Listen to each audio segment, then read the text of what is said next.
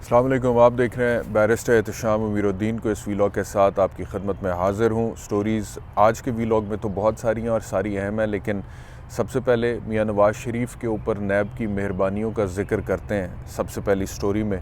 और तोशा खाना का जो रेफरेंस है गाड़ियों वाला, उसके अंदर अदालती अहकामात है कि मियाँ नवाज़ शरीफ को शामिल तफ्तीश किया जाए, तो उसका जवाब नैब ने यह दिया है कि रिपोर्ट मुरतब करके एहतसाब अदालत में जमा कराई है, जिसमें मियाँ नवाज़ शरीफ साहब की बरियत की इस्तदा नैब ने कर दी। यानी कि नैब ने ख़ुद, जो कि प्रोसिक्यूटिंग एजेंसी है, उसने कहा जी मियाँ साहब को बरी करें। ये तोशा खाना, क्या तोशा खाना, व्हाट तोशा खाना, व्हाट इज़ तोशा खाना, और ये क्या गाड़ियों वाला मामला आपने मियाँ साहब के ख़िलाफ़ खोला हुआ है। मियाँ साहब का क्या कसूर है बेचारे का? अगर उन्होंने गाड़ी ले ही ली है तो उसमें कोई लाकानूनियत नहीं है, उसमें कोई कानून की ख़िलाफ़ वर्जी, कोई इर्रेगुलरिटी, कोई बेज़ाब्तगी नहीं है, किसी किस्म की कोई प्रॉब्लम नहीं है, कोई कबाहत नहीं है, ना अखलाकी, ना कानूनी, ना समाजी। तो मियाँ साहब को एम ही घसीट रहे हैं आप इसके अंदर। तो तोशा खाना का जो मामला है, ये एम ही बिला वजह आपने इसमें शामिल तफ्तीश करने का हुक्म दे दिया है, तो बरी करें मियाँ साहब को, बरी करें जी, बरी करें। मतलब कि ये दिस थिंग वो should have been left for दी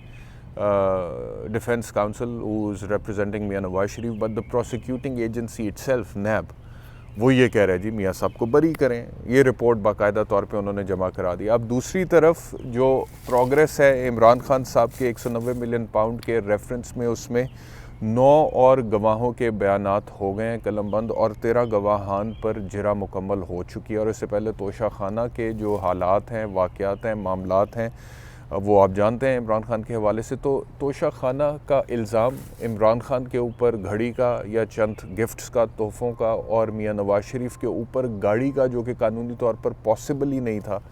और एक में आप देखें कि सज़ा है और दूसरे में जो है वो बरियत है, या जज़ा भी कह लें उसको फॉर दैट मैटर। तो ये समझ से बाहर है पाकिस्तान के अवाम के कि ये जो दोहरा मेयार है नैब का, ये क्यों है? मियाँ नवाज़ शरीफ के ऊपर मेहरबानियाँ क्यों हैं, इमरान खान से बैर क्यों है, और ये जो दोहरा मेयार है ये क्यों है और ये कैसे है?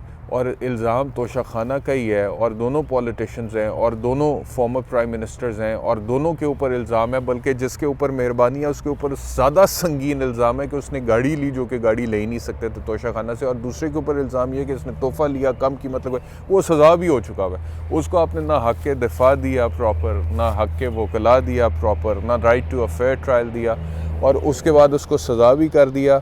और दूसरे के हवाले से नैब ख़ुद कहता है जी कि इसको बरी किया जाए, इसके ख़िलाफ़ कुछ भी नहीं है, एम इस बेचारे को तंग ना किया जाए। तो एक तो ये है अपडेट। दूसरा ये है, मैं आपसे अर्ज़ करूं कि अब कुछ आ जाते हैं हम इस तरफ के मियाँ नवाज़ शरीफ साहब जो हैं, इनका एक गार्ड है लंदन में, वो आपने देख ली होगी मेन स्ट्रीम मीडिया के ऊपर इस वक्त वीडियो दोबारा चल भी रही है कि उसने एक खातून के चेहरे पर थूका था।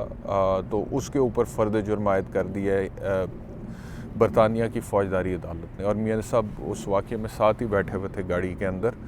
तो वो शीशा खोला है, तो खातून ने, मुझे नहीं पता कि क्या बदतमीज़ी की है या क्या कहा है मियाँ नवाज़ शरीफ को, तो फिर गार्ड ने थूक दिया, तो उसके ऊपर फ़र्द जुर्म आयद हो गई है मियाँ साहब के गार्ड के ऊपर। अच्छा, एक ये ख़बर है। अगली ख़बर जो है वो पाकिस्तान तहरीक इंसाफ से है, और वो है जी शेर अफजल मरवत के हवाले से। क्योंकि शेर अफजल मरवत के बारे में बहुत सारे पाकिस्तान तहरीक इंसाफ के लोगों का भी ये कहना, बल्कि कुछ दिन पहले, कुछ अर्सा पहले मेरी लतीफ़ खोसा साहब से बात हो रही थी, तो उन्होंने कहा कि मरवत साहब के बारे में that he is an unguided missile.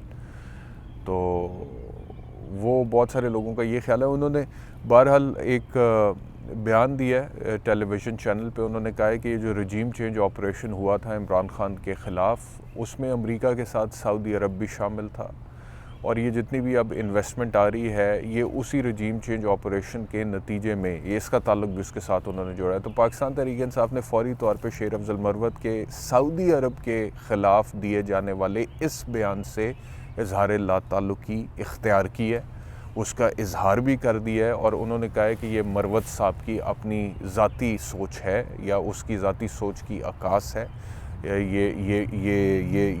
ये बयान, और पाकिस्तान तहरीक इंसाफ का इससे कोई ताल्लुक़ नहीं है। और सऊदी अरब पाकिस्तान का पुराना साथी है, और इमरान खान के साथ मोहम्मद बिन सलमान के बड़े अच्छे मरासिम हैं, और हम उसको कदर की निगाह से देखते हैं, और पहले भी देखते थे, अब भी देखते हैं, आगे भी देख रहे हैं। और सऊदी अरब से के हवाले से शेर अफजल मरवत का जो स्टेटमेंट है, we do not own that, और उससे हम इज़हार लाताल्लुकी करते हैं। और मेरे ख़्याल में ये बड़ा समझदारी का काम किया है क्योंकि अब सऊदी अरब को भी इसके अंदर लेकर आना और फिर उनके साथ भी पाकिस्तान तहरीक इंसाफ या इमरान खान के ताल्लुकात ख़राब कर लेना कोई दानिशमंदी का मुजाहरा तो नहीं होगा, क्योंकि जो होना था वो हुआ है। अब उसके ऊपर आप लोगों को बिला वजह वो करें, क्या कहते हैं उसको, कि ऑफेंड करें। तो अब मतलब कि जो पहले जिस तरह से इस चीज़ को टैकल किया गया है, मेरे ख्याल में उसके ऊपर भी खान साहब को सेकंड थॉट्स आए थे। और जब उन्होंने बाद में कहा कि बैरूनी नहीं अंदरूनी, और फिर यहाँ से एक्सपोर्ट होके बाहर गई, और उसके बाद अब ये जो सऊदी अरब वाला स्टेटमेंट है, इस पे अगर सऊदी अरब ऑफेंड होगा, MBS ऑफेंड होंगे, तो सर्टनली मेरे ख्याल में this is not what Pakistan Tehreek Insaf और Imran Khan wants right now.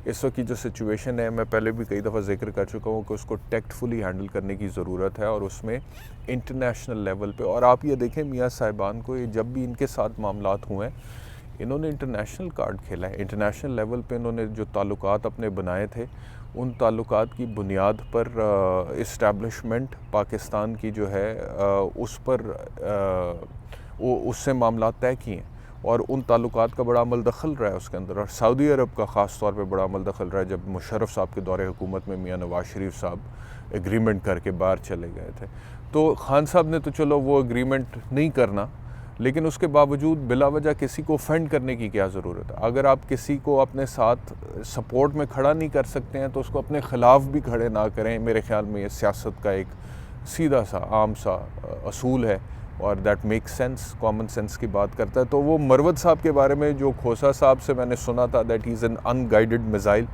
किसी भी डायरेक्शन में चल जाता है, कहीं भी जाके बच जाता है। तो इस स्टेटमेंट पे पाकिस्तान तहरीक इंसाफ को भी यही लगा है, जो उन्होंने इजहार लाताल्लुकी इख्तियार की है, और उसका इजहार भी कर दिया है कि जी इस स्टेटमेंट से हमारा कोई ताल्लुक़ नहीं है, सऊदी अरब से हमारे मामला ठीक हैं, और सऊदी अरब का कोई रोल नहीं है वो साजिश में, रजीम चेंज ऑपरेशन में जो इमरान खान के ख़िलाफ़ हुआ था। एक तो ये है। दूसरा, अली अमीन गंडापुर अब KPK के चीफ़ मिनिस्टर हैं। मौलाना फजलुर रहमान, इसमें कोई शक नहीं है कि मौलाना all of a sudden PTI के सगे तो नहीं हो सकते, मौलाना all of a sudden Imran Khan के सगे भी नहीं हो सकते, या उनसे मोहब्बत में गिरफ़्तार नहीं हो सकते। इमरान खान से बड़ा प्रॉब्लम है मौलाना फजलुर रहमान को, और बड़ी मुखालफत की सियासत है दोनों की एक दूसरे के हवाले से। और मौलाना को ज़ाती तौर पर कुछ दुख भी है कि जी मुझे ज़ाती तौर पर कभी डीज़ल कभी कुछ, ये बहुत ज़्यादा कहा गया है। लेकिन उसके बावजूद इस बार जो फरवरी 2024 के इलेक्शंस में हुआ है, उसके ऊपर मौलाना साहब भी चीख उठे थे कि ये क्या है, ये तो धांधली का भी बाप है। अब उसमें ये बात सामने आना शुरू हो गई थी कि शायद पाकिस्तान तहरीक इंसाफ और मौलाना की कोई बातचीत, फिर एक वफ्द भी मिला PTI का, आप जानते हैं असद कैसर उसमें, उसको शायद हेड कर रहे थे असद कैसर साहब, सब कुछ। अभी उस सिचुएशन का इवेंचुअल कोई आउटकम नज़र नहीं आ रहा। हो सकता है in the long run, in the short run और इन द लॉन्ग रन कोई ख़ास इसमें से निकले भी ना, लेकिन उस ऑप्शन को, एज ए पॉलिटिशियन बात कर रहा हूँ, पॉलिटिक्स के पॉइंट ऑफ व्यू से, उस ऑप्शन को रिज़र्व्ड रखना, उसमें कोई हर्ज नहीं है। लेकिन अगर आप CM KPK हैं और आप मौलाना फजलुर रहमान के बारे में अभी ये स्टेटमेंट देने, एक ज़माने में तो आपने स्टेटमेंट्स दिए और बहुत सारे दिए, और उस टाइम पे आपकी सियासत को सूट भी करता था, क्योंकि मौलाना फजलुर रहमान के ख़िलाफ़ जब कोई स्टेटमेंट दी जा रही थी तो KPK में आपका वोट बैंक बढ़ रहा था, और लोग आपके उस नैरेटिव को बाय भी कर रहे थे। लेकिन अभी लोगों में आप ऑलरेडी मकबूल हैं। अब पॉलिटिकली आपने कुछ चीज़ें जो हैं, अपनी पॉलिटिकल मूव्स करनी है। अपने लीडर जो कि बानी chairman PTI Imran Khan jail के अंदर है, उसका कुछ सोचना है, देखना है। तो उस हवाले से आपने पॉलिटिक्स करनी है और स्टेटमेंट्स देने हैं ना। तो अगर आप अभी ये स्टेटमेंट दें कि मौलाना फजलुर रहमान का जो गुस्सा है वो अपना रेट लगवाने के लिए या बढ़ाने के लिए, तो सर्टनली फिर मौलाना फजलुर रहमान क्या जवाब देंगे इसका? वो भी इसी तरह से फिर जवाब देंगे। यानी कि मैं सिर्फ ये कह रहा हूँ कि वो जो एक ऑप्शन है उसको रिज़र्व रखना, कि उसको अगर आप बना नहीं सकते हैं अभी कि मौलाना फजलुर रहमान को हुकूमत के ख़िलाफ़ आप अपने साथ खड़ा कर लें कि जी धांधली हुई है इंतखाबात में, अगर आप उसको बना नहीं सकते हैं अभी, तो उसको ख़त्म भी ना करें, उसको रिज़र्व रहने दें। हो सकता है आगे जाके कहीं पे वो निकल आए, उसके अंदर में से उसमें से कुछ निकल आए। तो आप अगर अभी ये कह रहे हैं कि इसका जो गुस्सा है ये अपना रेट बढ़वाने के लिए है, इसको गवर्नरी कश्मीर कमेटी या माल के लिए ये डील कर लेगा, ये डील कर लेंगे। अब इसका क्या जवाब दिया जा सकता है, मतलब कि वो ज़ाहिरी बात है वो भी फिर इसका यही जवाब देंगे, सर्टनली इसी तरह से आएगा। फिर वो कहते हैं पीटीआई का मैंडेट चोरी हुआ है, फजलुर रहमान साथ देने को तैयार हैं तो कोई मसला नहीं। वाह वाह सुभान अल्लाह मतलब कि पीटीआई का मैंडेट चोरी हुआ है, फजलुर ये तो साथ मांगने का तरीका भी बड़ा ज़बरदस्त है कि तुम अपना मुफाद परस्त भी हो, तुम अपना रेट भी लगवा रहे हो और लेकिन हाँ हमारा मैंडेट तो चोरी हुआ है, तो अगर हमारा साथ देना चाहते हो तो हमें कोई मसला नहीं। ऐसे थोड़ी कोई साथ देता है पॉलिटिक्स में, दिस इज़ पॉलिटिक्स। तो ये मेरे ख्याल में थोड़ा सा अब इनको भी मैच्योर होने की ज़रूरत है। सीएम केपी को बहुत बड़ी पोस्ट है जिस पर जाकर बराजमान हो चुके हैं, तशरीफ़ रख चुके हैं, खान साहब का इंतखाब है, तो उसके अहल अपने आप को साबित करना मैच्योरिटी के साथ साथ बहुत ज़्यादा ज़रूरी है। वैसे जो मरवत साहब के बारे में बात थी कि अनगाइडेड मिसाइल, इधर भी कुछ ऐसी बात है, लेकिन अब पोस्ट ऐसी है कि उसके ऊपर बहुत मेरे ख्याल में समझदारी के साथ चलने की ज़रूरत है। फिर उन्होंने कहा कि पीडीएम तजर्बे का मुल्क को बहुत नुकसान हुआ है, इसमें कोई दूसरी राय नहीं है, agree with that. Imran Khan ने कहा है कि अवाम के लिए बैठने को तैयार हूँ, यानी कि आप देखें ये दोबारा खान साहब का स्टेटमेंट उसको कोट कर रहे हैं वो कि बैठने के लिए, यानी कि डायलॉग करने के लिए, बात करने के लिए तैयार हूँ, अवाम के लिए, मुल्क के लिए, लोगों के लिए। तो उसमें अगर वो बैठने के लिए तैयार हैं तो उस बैठने के माहौल को बनाना भी ज़रूरी है और वो इन्हीं लोगों ने बनाना है जिनको आगे लगाया हुआ। मरियम के हवाले से उन्होंने कहा कि पंजाब की जो टिकटॉकर चीफ मिनिस्टर है उसकी कारकर्दगी टिकटॉक के लिए है, तो ठीक है चलें। मरियम से तो फ़िलहाल अगर पाकिस्तान तहरीक इंसाफ का PMLN से तो कोई अभी इस तरह का वो नहीं हो सकता, जैसे मौलाना के साथ पॉसिबली कोई बातचीत हो सकती है इस हवाले से। तो वो चलो जो भी है वो स्टेटमेंट दे रहे हैं सियासी तौर पे, वो सियासी तौर पे उनको पता हो या उनके कारकुनों को पता हो कि अगर उन्हें सूट करते हैं तो।